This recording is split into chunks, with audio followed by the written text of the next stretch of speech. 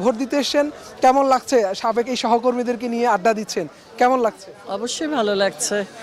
Vote মানে আমাদের মিলন মেলা। ঈদে যত না আনন্দ করি আমরা, আমাদের পিকনিক, আমাদের ইলেকশন, আমাদের ইফতার পার্টি আমরা অনেক এনজয় করি। আচ্ছা, এই যে গতবার যে নির্বাচন এবার নির্বাচনের মধ্যে পার্থক্যটা কি? কেমন দেখছেন পরিবেশ? প্রথমত গতবার আমি নির্বাচনে আসতে পারিনি, আমি একটু অসুস্থ ছিলাম, আমার অপারেশন হয়েছিল, ওই জন্য গতবার আমি ভোট দিতে আসতে পারিনি। এবার জি, এবার ভালো ভালো পরিবেশ, লোকজন, বাইরের লোকজন নাই, যেটা আমরা চাই যে আমাদের মানে যাতে সুন্দরভাবে বসে আমরা আমাদের অনেক দিনের কথা জমা থাকে, এটা কথা বলতে পারি। এই জন্য আর পরিবেশ ভালো, সুন্দর, ভালোভাবে ভোট হচ্ছে। দেখা যাক রেজাল্ট বের হোক। সারাদিন ব্যাপী ভোট গ্রহণ হয়েছে, এখন শেষ, ভোট গ্রহণ শেষ। বর্তমানে আপনি যারাই বিজয়ী হোক না কেন, কি প্রত্যাশা করেন যারা বিজয়ী হবে তাদের? আমরা ভালোটাই প্রত্যাশা করি, সমিতিটাকে কাজে লাগাবে, সাহায্য সহযোগিতা করবে, সবাইকে খোঁজ খবর রাখবে, যারা আসবে নিশ্চয়ই তারা সেটা করবে। আপনি ভোট দেওয়ার ক্ষেত্রে কেমন প্রার্থী আসলে পছন্দ করেছেন বা কি দিক বিবেচনা করেছেন? না, আমরা যোগ্য প্রার্থীকেই বিবেচনা করেছি। তো যারা যোগ্য, যারা এর আগেও কাজ করেছে, সেটাই।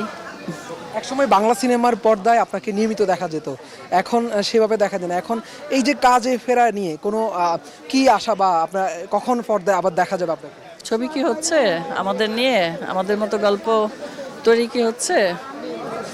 সেরকম তো হচ্ছে না, হলে তো অবশ্যই নিবে, অবশ্যই করব। কাজে কোনো প্যারা নাই, কাজ করছি, ব্যস্ত থাকি, নাটক করছি, ছবি একটা করছি, হলে আবার নেবে, করব। এই যে বলছেন যে আপনাদেরকে নিয়ে কাজ হচ্ছে না, শিল্পী সমিতির প্রধান কাজ কিন্তু, অন্যতম একটি কাজ কিন্তু এটি যে শিল্পীদের সাথে যে সমন্বয় করা বা তাদের নতুন নতুন সিনেমা বানানো, পুরনো আর্টিস্টদেরকে ফিরিয়ে আনা, এই যে এই সমন্বয়টা। শিল্পী সমিতির আর্টিস্টদেরকে ফিরিয়ে আনা, ছবি দেয়া, এটা শিল্পী সমিতির কাজ না। ওইটা তো ডিরেক্টর, প্রডিউসার, ওটা গল্প, ওটা সমিতির বাইরে। ছবি বানানো, ছবি তৈরি করা সেটা অন্য জিনিস, শিল্পী সমিতির কাজকর্ম অন্য জিনিস। দুই সংগঠনগুলোর সাথে সমন্বয় করা কিন্তু সংগঠনের মাধ্যমে কিন্তু হয়।